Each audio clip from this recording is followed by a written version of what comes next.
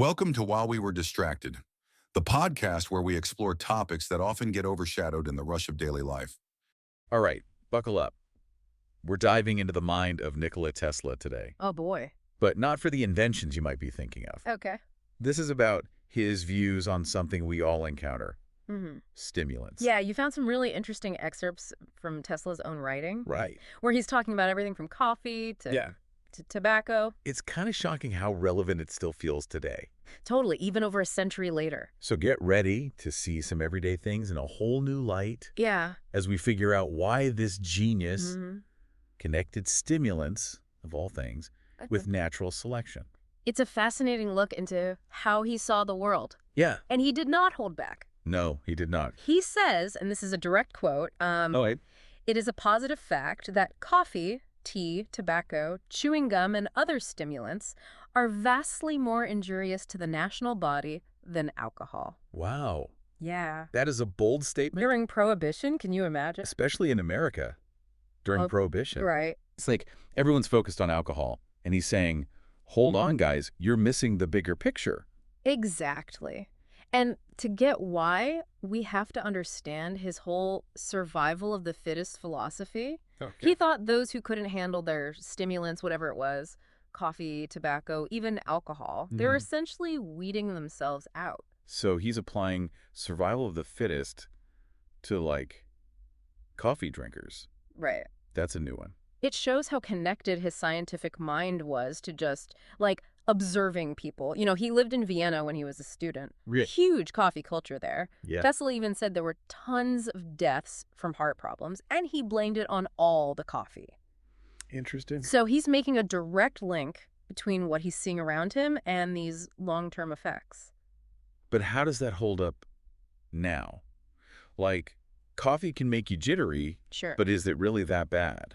It's not quite so simple. I Wow. mean, Tesla was onto something with what he was seeing, even if he went a little overboard. We know caffeine, which is in coffee and tea, it does stuff to your heart rate, blood pressure, Makes sense. because it messes with your nervous system directly. Okay, so interesting personal experience, but maybe not the whole picture. Yeah, and he wasn't done. He had a lot to say about tea, too. Oh, really? Mm. What did he think about everybody's other favorite hot drink? Tesla did not like tea. He actually called it a still more harmful beverage. Wow, harsh words for a guy who loved his inventions. Yeah. Why was he so down on tea, though? Well, he had this idea that by boiling the water and then steeping the leaves and like often adding lemon to hide that bitter taste, Right. he thought that whole process created all these harmful chemical compounds. So he's not just looking at the tea leaves themselves. No. He's saying the way we prepare it could actually be making it worse. Exactly. Interesting, because these days we're all about the health benefits of tea. Totally, especially green tea. Right. But modern science shows it's not that simple. Yeah. Green tea especially does have good stuff in it. All right, antioxidants. Yeah, all those antioxidants can be good for you. So like with most things, moderation is key, Exactly. You've got to find that balance. which seems to be a bit of a theme with Tesla. Definitely. It's not that he was totally against these things. Right. He was just worried about overdoing it and the long-term consequences. Exactly. And speaking of long-term consequences, this is where his thoughts on tobacco get really interesting. Oh yeah, this is where things take a turn. Yeah. Yeah, because with coffee and tea, he's pretty critical. Mm-hmm. But then with tobacco, he actually praises it. I know, it's wild. He actually says, tobacco is conducive to easy and pleasant thinking and detracts from the intensity and concentration necessary to all original and vigorous effort of the intellect. Yeah, kind of a mouthful. It's a lot to unpack Right. It's like we know tobacco is addictive. and terrible for your health. Exactly. But Tesla saw it as this like mental break. Really? Yeah, he thought it could actually help with creativity Interesting. by reducing your stress and letting your thoughts flow more freely. It makes you wonder, could he have been onto something? Maybe. There's a reason people have connected smoking with artists and writers. For sure. Like, is there a link between that relaxed state of mind and being creative? It's a good question. It's definitely complicated, but we have to remember we know a lot more about nicotine now.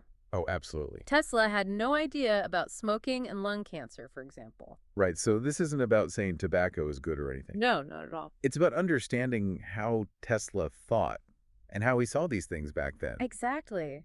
And speaking of back then, his views on alcohol were really interesting. So during Prohibition. Oh, yeah. He had a very practical view of alcohol. Okay. He even called it an excellent tonic in small amounts. Really? Yeah, which obviously went against everything the temperance movement was saying. That's like he was going head to head with him. Yeah. He even said alcohol's effect on the body is quite immaterial as to whether it is taken in as whiskey or produced in the stomach from sugar. It's true. Like, your body doesn't know the difference. And that's... He was talking about fermentation.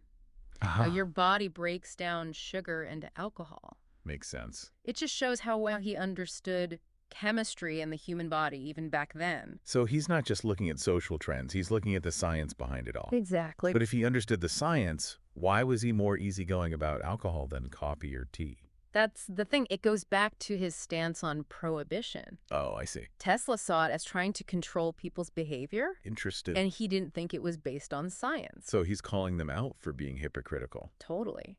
He even said that focusing only on alcohol was hypocritical when you think about the potential harm from other stimulants that everyone uses. Like he's saying, hey, you're looking at the wrong problem here. Right. He saw this focus on alcohol as a distraction from a bigger conversation about personal responsibility. Absolutely. And the impact of all stimulants. And it's a conversation that's even more relevant now. Right. I mean, think about it. We're surrounded by stimulants today. Oh, totally. Energy drinks, your phone, social media. It's constant. It's like we're living in Tesla's world of hyperstimulation. But amplified. Exactly. Times 1,000. So then that begs the question. Yeah. If Tesla were here now, what would he think about it all? It's fun to imagine, like, picture him looking at energy drinks, marketed to make you focus, work harder, all that. He would have some thoughts.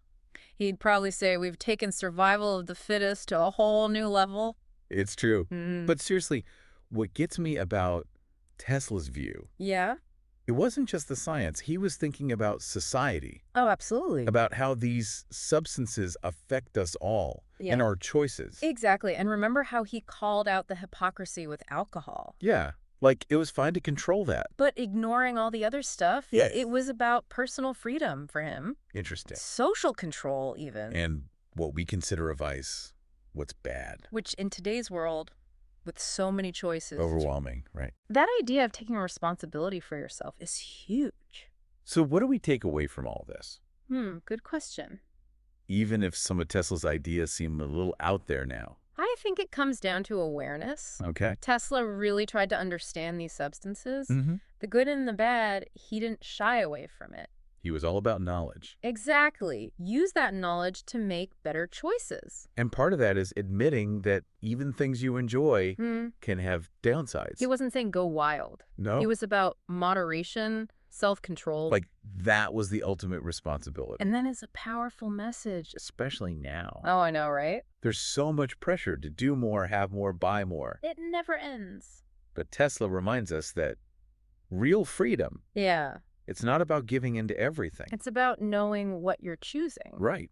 And how it affects you and the people around you. Finding that balance. Enjoying life, sure, being curious. Of course. But knowing there's a trade-off and owning that. Just like Tesla did with his stimulants. Exactly. It goes beyond coffee or tobacco. It's bigger than that. It's about what stimulates you in every sense. Love that. And how to approach it all responsibly. So what about you? What stimulates you? And how do you handle it? Let us know. We'd love to hear your thoughts. Don't forget to like and subscribe for the next episode on While We Were Distracted.